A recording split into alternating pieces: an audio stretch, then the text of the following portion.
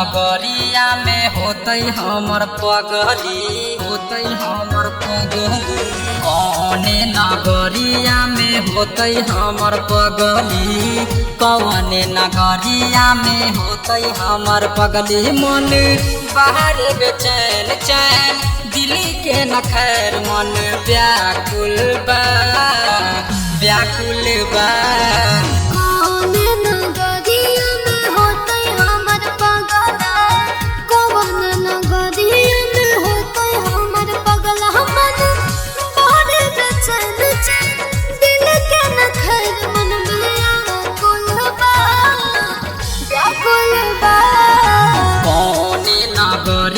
में होते हमर पगली, कौने नगरिया।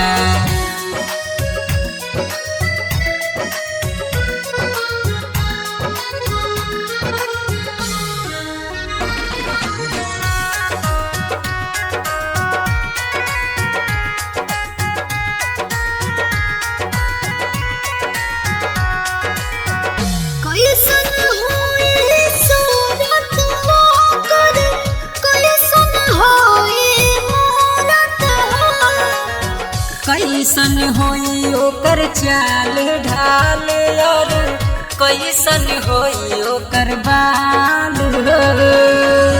राम लक्ष्मण कृष्ण मुरारी, राम लक्ष्मण कृष्ण मुरारी, या होई रे जटाधारी हो।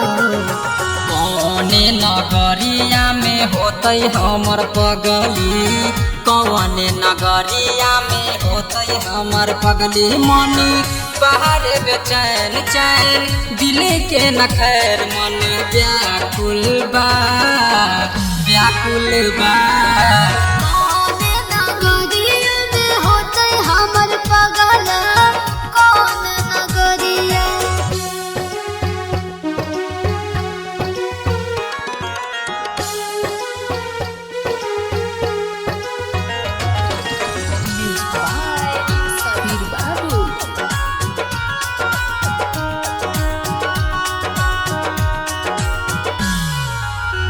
कैसन होई घर परिवारवा, कैसन सास ससुर, कैसन होई ओकर ओठ के लाली, कैसन होई कनवाली। मंगिया में से नुरसा जाई कर मितवा, मंगिया में से नुरसा जाई कर मितवा, ले जाई है अपन गाँव। कौने नगरिया में होते हमर पगली, कौने नगरिया में होते हमर पगली। मन बाहर बेचैन चैन दिल्ली के न खैर, मन व्याकुल बा व्याकुल बा। कौने नगरिया में होते हमर पगला, कौन नगरिया। सेटी फिल्म्स रिकॉर्डिंग स्टूडियो सीतामढ़ी।